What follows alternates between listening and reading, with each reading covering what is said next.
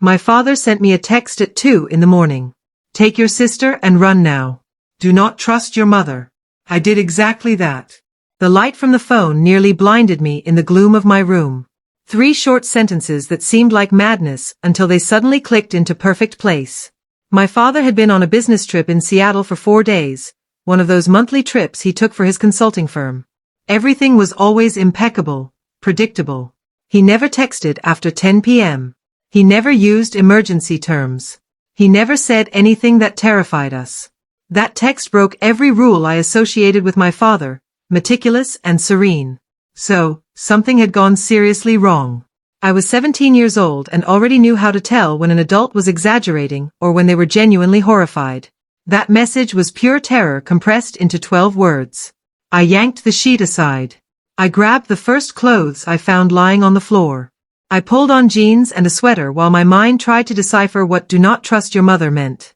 My mother was downstairs in the living room, where I had left her an hour before watching murder documentaries and drinking wine like almost every night. Typical suburban mom behavior.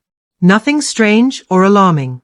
But my father wouldn't say it without a powerful reason, and saying, "Take your sister and run," implied imminent danger, not a delusion. I slipped on my sneakers, grabbed my backpack, emptied the notebooks, and packed my laptop, the charger, and the $300 in 20s I hid in the drawer for reasons I never fully explained. Suddenly, that money became the most valuable thing I owned. My sister Bika was 12 and slept like a rock, not even stirring with all the commotion I was making in the next room. I walked slowly down the hall, opened her door carefully. The hinge creaked and I almost had a heart attack. She was all tangled in the sheets with only her black hair showing, breathing deeply in a deep sleep. Waking her quietly was going to be almost impossible, but waking her by screaming would make Mom come up from downstairs. And Dad's message had been crystal clear about trusting her. I knelt by Bika's bed, covered her mouth with my hand, and shook her shoulder. Her eyes flew open, full of panic. I felt her try to scream against my palm. I signaled for silence and spoke almost voicelessly into her ear. Dad sent an emergency alert. We have to leave right now without Mom noticing. I'll explain everything when we're safe, but you have to trust me and stay very quiet. Bika's eyes were huge with fright and confusion, but she nodded. I took my hand from her mouth. She sat up in bed. She grabbed her glasses from the nightstand. I had already pulled clothes from her closet, jeans and a hoodie, which I handed to her while gesturing for her to get dressed quickly. She pulled everything on over her pajamas with trembling hands. I shoved her feet into the nearest sneakers without tying them properly. Bika's bedroom window faced the backyard and had a screen I had removed hundreds of times to sneak out to see my friends. I pulled it off without a problem. I looked down, about 2 meters to the flower bed. It wasn't ideal, but it would work. The flower bed would cushion the fall. I threw the 2 backpacks first, watching them land on the dirt. Then I helped Bika out the window. She got stuck in the frame, looking down with a terrified face. I grabbed her wrists and lowered her as much as I could before letting go. She fell the rest of the way with a dull thud that echoed loudly in the nighttime silence. I jumped behind her, rolled to cushion the impact, and twisted my ankle a little, but it held when I stood up. Bika looked at me, her face loaded with questions. I took her hand and we ran toward the back of the garden. We had only a few minutes before Mom came up or heard something. The fence was made of wood, almost 2 meters high. I climbed using an ornament as a step. I went over the other side and landed in the neighbor's yard. Bika struggled more with the height, but I guided her on what to do. I caught her when she came down beside me. We ran through 3 backyards until we emerged onto a street 2 blocks away from our house. Both of us panting. Then I took out my phone again and reread Dad's message, searching for any detail I might have missed in the desperation. It showed 11:03 p.m., sent 7 minutes ago, no new messages, no missed calls. Just those 3 sentences floating on the screen like a bomb. I tried to call him and it went straight to voicemail. His professional greeting sounded completely out of place with the emergency he'd announced. Bika tugged on my sleeve wanting explanations I didn't have, her voice rising with nerves. I showed her the text and saw her face pale, even under the dim light of the street lamp. What did he mean by "do not trust Mom"? What's happening? I still don't know, but Dad wouldn't say it without a reason. We need to get somewhere safe to figure out what happened. I was trying to seem calm, even though I had no plan beyond escaping the house. We were on a residential street at 2 a.m., with nowhere to go and unable to contact the only parent who had ordered us to flee. Then the phone vibrated with a new message. This time from Mom. Where are you, girls? I heard a noise upstairs. The casual tone sounded really strange for the situation, as if she wanted to feign normality or maybe for her nothing was really wrong. And the problem was Dad's message. But I kept going back again and again to the 12 words, to the precision of the warning, to the fact that Dad's phone was off. Now another message from Mom appeared before I could decide how to respond. This isn't funny. Come down now or I'll call the police. The threat sounded odd because, what was she going to tell the police? That her teenage daughters had left the house at night. We weren't missing or kidnapped. We had left on our own following Dad's warning. Unless Mom had reasons to want to involve the police, unless she wanted to force us back with official authority. Bika was crying softly. That scared cry of a 12-year-old watching normal life explode at 2 a.m. I put my arm around her shoulders and we kept walking, heading toward the 24-hour gas station 3 blocks further on. At least there was light and people who could see us. A minimal sense of security while I thought about the next step. The phone kept vibrating with each message from Mom, one more hysterical than the last, moving from confusion to anger and then to threats. The mini-mart was almost empty. Just the bored clerk looking at his phone behind the bulletproof glass. Bika and I hid at the back near the refrigerators, trying to seem normal, even though we were 2 teenagers alone at 2 a.m. I called Dad again and it went straight to voicemail. The phone was definitely off. I texted him asking for more information, telling him we had gotten out, but we needed to know what the hell was going on. Just then my phone rang and Mom's name appeared on the screen. I let it ring 3 times before answering. I put it on speaker so Bika could hear too. Her voice came through tense, with emotion barely contained. Where are you? What's going on? I wake up and my 2 daughters are gone. Window open. You're not answering messages. You're driving me crazy with worry, honey. She sounded genuinely scared and lost. Nothing in her tone seemed like a threat or danger, but Dad's message kept spinning in my head, the urgency, the precision that had made us run. Dad sent us a message. I said cautiously, looking at Bika's face. He told us to leave the house and not to trust you. We need to know why. The silence on the other end lasted so long I thought the call had dropped. Then Mom let out a dry laugh that made my skin crawl. Your dad sent you a message at 2 a.m. telling you to run away from me. That's crazy. He's in Seattle at a conference. Probably drunk in some hotel bar, doesn't even know what he's saying. Except that I had never seen my dad drunk in my life. He barely drank at parties. And that message didn't seem like it was from a drunk person, it seemed like it was from someone scared to death. Why did he specifically say not to trust you? What is he afraid you'll do? Mom's breathing sped up when she spoke again. Her voice hard. Listen carefully to what I'm telling you. Your dad is having a breakdown. He's been paranoid for weeks saying nonsense, accusing me of things I never did. I didn't want to worry you, but he's in therapy for delusions. Everything he told you is part of that. You need to come home now so we can fix this as a family. The explanation even seemed logical, except the timing didn't add up. If he'd been acting crazy for weeks, why did he send the message just today? Why did he turn his phone off afterward if it was just drunken confusion? And why did Mom's voice sound off? As if she were acting concern instead of actually feeling it. I looked at Bika and saw the same doubt in her eyes. I want to talk to Dad first, I said. I want to hear from him that everything's okay and that the message was a mistake. Then we'll come back. Mom made a sound of rage. I heard footsteps and the jingle of car keys.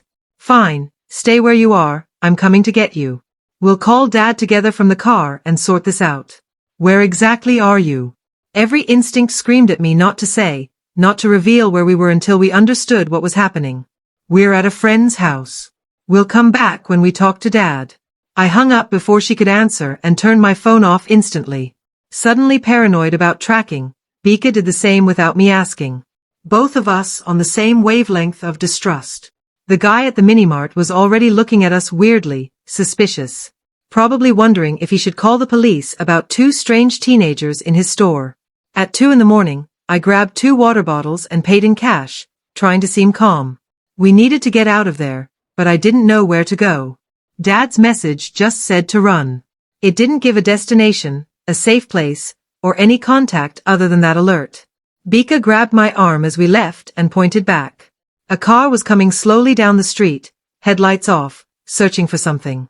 Even though it was 2 blocks away, I recognized Mom's silver SUV, the one she used for her real estate work and soccer practice. She was hunting us. She had guessed or tracked that we were heading that way. We ducked behind a parked truck and watched the car pass. I could see Mom's profile through the driver's window, her face lit by the phone screen, and her expression wasn't that of a worried mother, it was one of cold calculation. She turned the corner and we ran in the opposite direction, crouched behind parked cars until we reached the next main avenue. A bus stop gave us temporary cover, and I tried to think logically about our options. Dad missing, Mom searching for us by car. We had nowhere to go, except to a friend's house whose parents would call our mother directly. I needed an adult who would listen to everything before judging. Someone with authority, but no prior loyalty to her. I turned my phone on again, and a bunch of messages poured in, almost all from Mom getting more and more hysterical, but one was from an unknown number. This is Special Agent Victoria Rabes of the FBI. Your father asked me to contact you if anything happened to him. Call this number now from a secure phone. Do not go home. Do not trust the local police. The message was so surreal I read it 3 times until my brain accepted it. FBI meant crimes far more serious than marital disputes. It meant Dad's warning was about something much more serious than a breakdown or marriage problems. Bika read it over my shoulder and went even paler. Why was Dad talking to the FBI? What did Mom do? She was asking the same thing I was thinking, but I couldn't say. I called the number from the message using the payphone at the mini-mart. Now totally paranoid about phone tracking. A woman answered on the second ring. A professional, alert voice despite the hour. Agent Rabes, who am I speaking with? It's Brennan. You texted me about my dad, Kevin Brennan. He texted us tonight telling us to leave the house and not to trust our mom. We need to know what's happening. Agent Rabes was quiet for a second. I heard a keyboard in the background, like she was opening files or confirming data. Your father has been collaborating with a federal financial crimes investigation for 3 months. He discovered evidence that your mother is involved in a sophisticated fraud scheme moving money through her real estate agency. We were building the case, but tonight our surveillance team lost contact with your dad. The last communication was that message he sent you before his phone went dead. The words hit me like punches. I clung to the payphone so I wouldn't fall. Mom wasn't just a relationship problem or odd behavior. She was a criminal being investigated by the FBI. Dad had been working secretly with them for months, gathering evidence against his own wife, and something had gone very wrong that night for him to send that desperate alert. Where is he now? Is he okay? Agent Rabes hesitated before answering. We don't know. He was supposed to check in 3 hours ago from his hotel in Seattle, and he didn't show. His phone last pinged there and then went dead. Agents are checking the location now, but the fact that he didn't call, coupled with that message, indicates he felt in immediate danger. Bika was squeezing my sleeve so hard it hurt, listening to my side of the conversation and getting paler by the second. What kind of danger? Why would Mom hurt him? But as I asked, flashes were coming to me. Things that had seemed normal before but now were sinister. Mom's unexplained outings, how defensive she got when Dad asked about the company accounts, how she suddenly put passwords on everything on her phone and laptop. The people your mother is mixed up with don't leave witnesses alive if they think the scheme is at risk. If they discovered your dad was cooperating with us, he became a target to disappear. And if they got him, you two are potential witnesses who know his routine and could identify accomplices. That's why he told you to run. The weight of the danger crashed down on me all at once. Then I understood why Dad was so direct and urgent in that early morning message. We weren't running from a normal couple's fight. We were running from people who kill witnesses to financial crimes. What do we do? Where do we go? Agent Rabes gave me an address for an FBI field office about 50 kilometers north. Get there as quickly as possible without using cards or your phone, except in an emergency. If you see your mother or anyone suspicious, call 911 right away. I'm sending agents to pick you up, but it will take about 45 minutes. Stay hidden and keep moving until then. I hung up and told Bika everything.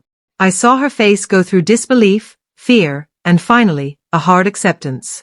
At 12 years old, she was processing that our mom was a criminal, that dad had disappeared and was possibly dead, and that we were running from people who kill witnesses. It was too heavy for anyone, let alone a girl who had gone to bed thinking about homework and friend drama. Across the street was a taxi stand at a shopping center. We crossed quickly, looking everywhere for Mom's silver SUV. The dispatcher was half asleep but called a car. He asked for the destination. I gave an address 2 blocks from the FBI field office, paranoid even with the seemingly harmless taxi company. The car arrived about 15 minutes later. An old sedan driven by a guy who looked like he hated being woken up for a long trip. Bika and I got in the back. I handed him the cash up front and asked him to go slowly and avoid main avenues. He looked at me strangely but pocketed the money and drove off. We had barely gone 5 kilometers when headlights appeared behind us. Coming up fast. The driver saw them, cursed, and sped up a little. There's a crazy person tailgating us since we left. Probably some drunk messing around. But I turned and recognized Mom's SUV, already close enough to see her face through the windshield. Serious and determined. That's our mom, I told the driver. She's dangerous. We have to lose her. He already thought I was crazy until the SUV rammed us hard from behind. The impact threw us forward against the seats. The guy cursed loudly and floored it. The old taxi responded slowly as Mom rammed us again. We were on a semi-rural road with little traffic, a terrible place for a chase. She pulled alongside and I saw her face clearly, an expression I had never seen on her before. She wanted to run us off the road. The SUV was heavier and more powerful than the taxi. The driver was panicking, jerking the wheel side to side trying to maintain control while Mom kept sideswiping us on the passenger side. Bika was screaming and I dialed 911, shouting our location and what was happening to the operator while she asked me to repeat it more slowly. Mom hit us with another strong bump and the taxi spun out. 2 full rotations before skidding off the shoulder and into a shallow ditch. The impact shook us inside, even with our seatbelts. My head hit the window and I saw stars. Mom's SUV screeched to a halt. I saw her get out and walk decisively toward the wrecked taxi. The driver was slumped over the wheel, dazed or unconscious. Bika was crying beside me. I grabbed her hand, kicked open the door on the opposite side, and pulled her out. We ran along the ditch full of weeds and darkness while Mom shouted behind us, her voice echoing in the quiet night. Girls, stop. I'm trying to protect you. The FBI is lying. Your dad is lying. I just want to talk. But her actions weren't those of someone protecting, they were of someone who wanted to do harm. The ditch connected to a culvert running under the road. We crawled into the culvert. We came out the other side covered in mud and scratches. Behind us, sirens were finally approaching. The 911 call had finally worked. Mom must have heard them too because she stopped shouting. And I heard the SUV's engine start, tires screeching as she disappeared. Patrol cars arrived with lights flashing, officers jumping out to check the wrecked taxi and search everywhere. We came out of the culvert with our hands up, shouting that we were the ones who had called 911 and that we were the victims. One officer approached cautiously, hand on his gun, while his partner checked on the taxi driver who was gradually coming to. I spilled everything at once with Bika crying on my shoulder. The guy looked like he didn't believe me until I said the name Special Agent Victoria Rabes of the FBI and showed him Dad's message. Then his expression changed.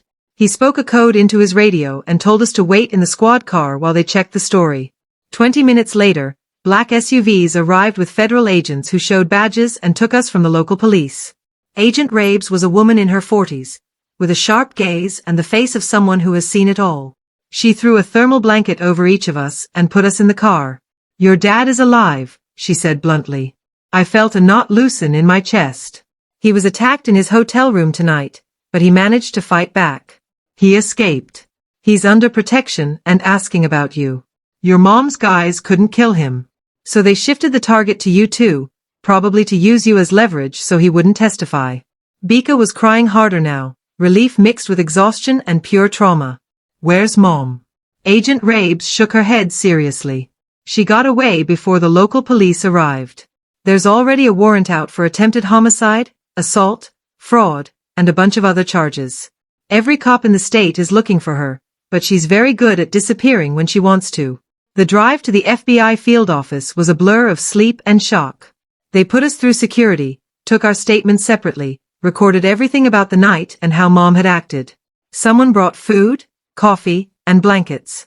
They treated us like we might break at any moment. Dad arrived in the early morning hours, looking worse than I had ever seen him, face bruised, left arm in a sling, walking like his ribs hurt. But when he saw us, he broke down, hugging us both carefully, and Bika collapsed against his chest. "I'm sorry," he kept repeating. "I'm sorry for dragging you into this. I thought I could handle it quietly. I thought I could protect you." The full story came out in the following hours. Mom had been running a real estate fraud scheme for 5 years. She used the agency to launder money for a criminal organization. Dad discovered it by accident. He found messages showing she wasn't just involved, she was the mastermind. He went straight to the FBI instead of confronting her. He spent 3 months gathering evidence in secret while pretending everything was normal. That night, Mom's guys found out through a leak in the investigation. They sent people to the hotel to eliminate the witness, but Dad was already so paranoid he had extra locks and a plan. He managed to react and escape, but first he sent that message knowing if they came for him, they would come for us next. "She would never have hurt you directly," Dad explained, his voice broken.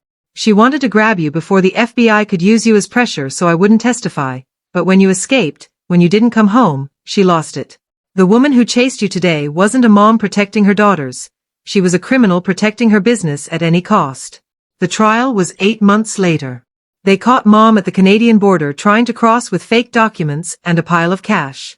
The evidence Dad and the FBI had gathered was overwhelming. Years of fraud and laundering involving millions.